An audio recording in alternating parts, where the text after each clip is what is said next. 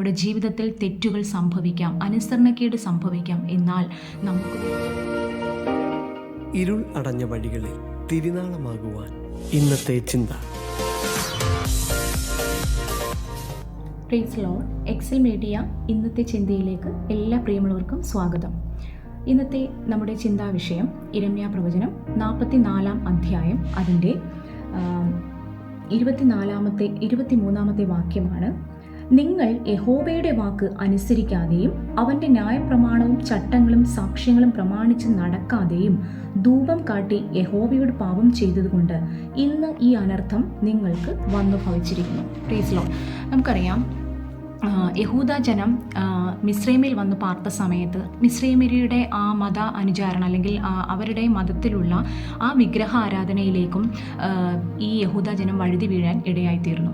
ഈ സമയത്ത് യഹോവയായ ദൈവം യിരെമ്യാ പ്രവാചകനെ എഴുന്നേൽപ്പിച്ച് യിരെമ്യാ പ്രവാചകനിൽ കൂടി ദൈവജനത്തെ ദൈവത്തിങ്കിലേക്ക് മടക്കി വരുത്തുവാനുള്ള ശക്തമായ ദൂത് നൽകുന്നതാണ് യിരെമ്യാ പ്രവചനത്തിൻ്റെ പുസ്തകത്തിൻ്റെ പ്രാധാന്യം എന്ന് പറയുന്നത്. അപ്പോൾ ഇവിടെ ജനം വഷളത്വമിട്ട് ദൈവത്തിൽ നിന്ന് അകന്ന് മാറി ദൈവത്തിൻ്റെ ഹിതപ്രകാരമല്ലാതെ അവരുടെ ഇഷ്ടത്തിനനുസരിച്ച് അവർ ജീവിച്ചത് നിമിത്തം അവർക്ക് വരാനിരിക്കുന്ന ന്യായവിധിയെക്കുറിച്ച് പ്രവാചകനിലൂടെ ശക്തമായ മുന്നറിയിപ്പുകൾ നൽകിയിട്ടും ഈ വാക്യം നമ്മൾ വായിച്ചതുപോലെ അവർ ദൈവത്തിൻ്റെ ന്യായപ്രമാണം അല്ലെങ്കിൽ ദൈവത്തിൻ്റെ വാക്ക് അനുസരിച്ചില്ല. നോക്കൂ, അത് വളരെ ശ്രദ്ധിക്കപ്പെട്ട വളരെ ഇമ്പോർട്ടൻ്റ് ആയിട്ടുള്ളൊരു വാക്കാണ്. ദൈവത്തിൻ്റെ വാക്ക് അനുസരിക്കാതെ അവർക്ക് തോന്നിയ വഴികളിൽ നടന്നു. ഒന്ന് ആലോചിച്ച് നോക്കൂ. ദൈവം ഒരു മനുഷ്യനെ പാപത്തിൻ്റെ പിടിയിൽ നിന്ന് അല്ലെങ്കിൽ പാപത്തിൻ്റെ പടുകുഴിയിൽ നിന്നും പിശാചിൻ്റെ അടിമത്തത്തിൽ നിന്നും ദൈവത്തിൻ്റെ രക്തം കൊടുത്ത് ദൈവത്തിൻ്റെ ജീവൻ കൊടുത്ത് വിലയ്ക്ക് വാങ്ങി പുറത്തു കൊണ്ടുവന്നു. എന്നിട്ടും അത്രയും വലിയൊരു സ്നേഹം, അത്രയും വലിയൊരു ത്യാഗം ദൈവം ജനത്തിന് മേൽ പകർന്ന് അല്ലെങ്കിൽ ജനത്തെ വീണ്ടെടുത്തിട്ട് ആ ജനം ദൈവത്തിൻ്റെ വാക്ക് കേൾക്കാതെ അവരുടെ ഇഷ്ടത്തിനനുസരിച്ച് ദൈവത്തിൻ്റെ ന്യായപ്രമാണം അല്ലെങ്കിൽ ദൈവത്തിൻ്റെ വചനങ്ങളെ പുറകിൽ എറിഞ്ഞുകൊണ്ട് ദൈവഹിതമില്ലാത്ത റൂട്ടുകളിൽ സഞ്ചരിക്കുമ്പോൾ ദൈവത്തിനുണ്ടാകുന്ന ആ വേദന അല്ലെങ്കിൽ ദൈവത്തിനുണ്ടാകുന്ന അവരോടുള്ള മനോഭാവം എന്തായിരിക്കും? ഒന്ന് ആലോചിച്ച് നോക്കൂ. ഇന്നും ഇത് തന്നെയല്ലേ ദൈവമക്കളാകുന്ന നമ്മുടെ ഇടയിലും ഇത് തന്നെയല്ലേ നടക്കുന്നത്?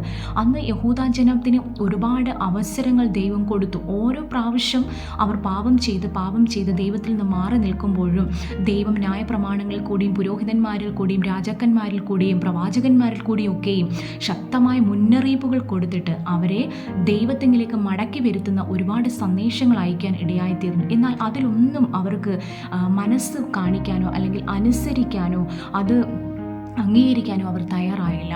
നോക്കൂ, അവിടെയെല്ലാം പരാജയങ്ങൾ മാത്രമാണ് ജനത്തിന് സംഭവിച്ചത്. എന്നാൽ ഒരു കാര്യം ഓർക്കണം, നമ്മുടെ ജീവിതത്തിൽ തെറ്റുകൾ സംഭവിക്കാം, അനുസരണക്കേട് സംഭവിക്കാം. എന്നാൽ നമുക്ക് വേണ്ടി കാത്തിരിക്കുന്ന, നമ്മൾ മടങ്ങി വരുമ്പോൾ നമ്മെ സ്വീകരിക്കാൻ കാത്തിരിക്കുന്ന ഒരു പിതാവ് നമ്മുടെ കൂടെയുണ്ട്. അത് നമ്മൾ മറന്നു പോകരുത്.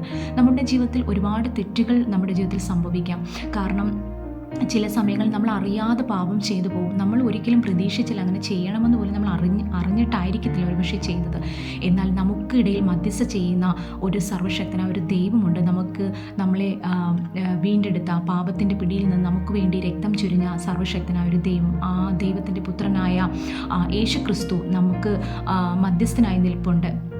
യെശയ്യാ പ്രവചനത്തിൽ നമ്മൾ വായിക്കുന്നുണ്ട്, പലപ്പോഴും അവസരം കൊടുത്തിട്ടും ആ ഫലം അല്ലെങ്കിൽ ആ ഒരു വൃക്ഷത്തിൽ ഫലം കാണാതിരുന്നപ്പോൾ ആ വൃക്ഷത്തെ വെട്ടിക്കളയട്ടെ എന്ന് പറഞ്ഞ സമയത്ത് മധ്യസ്ഥ ചെയ്ത അല്ലെങ്കിൽ ആ തോട്ടക്കാരനായ യേശു ക്രിസ്തു പറഞ്ഞു, ഒരു വർഷം കൂടെ നിൽക്കട്ടെ, അതിനുശേഷം മേലാൽ കായ്ച്ചില്ലെങ്കിലോ ഫലം കിട്ടിയില്ലെങ്കിലോ നമുക്ക് വെട്ടിക്കളയാം എന്ന് പറഞ്ഞ് റിക്വസ്റ്റ് ചെയ്യുന്ന ആ ദൈവത്തിൻ്റെ പുത്രനായ ആ ക്രിസ്തുവിൻ്റെ സ്നേഹം അവിടെ നമ്മൾ കാണുകയാണ്. ഇതുപോലെ തന്നെയാണ് ഇന്ന് സംഭവിച്ചു കൊണ്ടിരിക്കുന്നത്. നമ്മൾ തെറ്റിലേക്ക് വഴുതി വീഴുമ്പോൾ അല്ലെങ്കിൽ നമ്മൾ പാപം ചെയ്തറിയാതിരിക്കുന്ന സമയത്ത് ദൈവം നമുക്ക് വേണ്ടി, യേശു ക്രിസ്തു നമുക്ക് വേണ്ടി പിതാവിനോട് മധ്യസ്ഥ ചെയ്തുകൊണ്ടിരിക്കുകയാണ്. നമ്മൾ മടങ്ങി വരുന്നത് നോക്കിയിരിക്കുകയാണ്.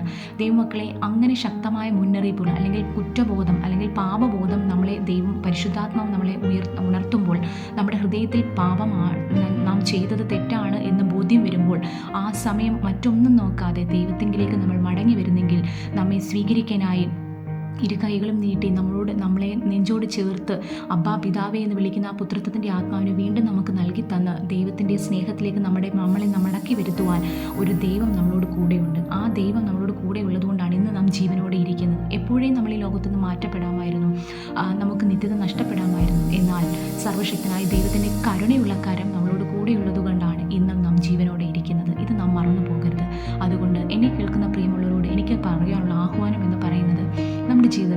പേഴ്സണൽ റിലേഷൻഷിപ്പിൽ, ഞാനും ദൈവവുമായുള്ള വ്യക്തിപരമായ ബന്ധത്തിൽ എവിടെയെങ്കിലും വീഴ്ചകൾ, എവിടെയെങ്കിലും പാപ സ്വഭാവങ്ങൾ, മുറുകെ പറ്റുന്ന ഏതെങ്കിലും പാപങ്ങൾ നമുക്കും ദൈവത്തിനുമിടയിൽ ഉണ്ടെങ്കിൽ അതിനെ എടുത്തു കളഞ്ഞ്, അല്ലെങ്കിൽ അതിനെ ഉപേക്ഷിച്ച് കളഞ്ഞ്, ഒരുപക്ഷെ നമുക്ക് കഴിയുന്നില്ലായിരിക്കാം.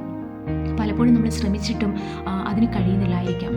പക്ഷേ കഴിയുന്ന ഒരു ദൈവമുണ്ട് നമ്മുടെ കൂടെ, അല്ലേ? അപ്പോൾ ആ ദൈവത്തോട് പറയാം, കർത്താവ് എനിക്കിതിന് കഴിയുന്നില്ല, പക്ഷേ ദൈവത്തിന് കഴിയും, എന്നെ ഒന്ന് സഹായിക്കണേ എന്ന് നമ്മൾ ഏറ്റു പറയുന്നെങ്കിൽ തീർച്ചയായിട്ടും ദൈവം നമ്മളെ സഹായിക്കും. ആ സ്വഭാവത്തിൽ നമ്മളെ പുറത്തു കൊണ്ടുവരുവാൻ ദൈവത്തിന് കഴിയും. അതുകൊണ്ട് നമുക്ക് അത് ഏറ്റു പറഞ്ഞ് ഉപേക്ഷിച്ചുകൊണ്ട് ദൈവത്തിൻ്റെ സന്നിധിയിലേക്ക് നമ്മളെ തന്നെ സമർപ്പിച്ചു കൊടുക്കാൻ ദൈവം നമ്മളെ സഹായിക്കട്ടെ. ദൈവത്തിൻ്റെ വാക്കനുസരിച്ച് നിത്യത നഷ്ടമാക്കാതെ കർത്താവിൻ്റെ വരവിന് വേണ്ടി കാത്തിരിക്കാൻ, ആ ദൈവരാജ്യത്തിലേക്ക് പ്രവേശിക്കുവാൻ കർത്താവ് നമ്മളെല്ലാവരെയും സഹായിക്കട്ടെ എന്ന് ആത്മാർത്ഥമായി പ്രാർത്ഥിച്ചുകൊണ്ട് വാക്കുകൾക്ക് വിരാമം കുറിക്കും.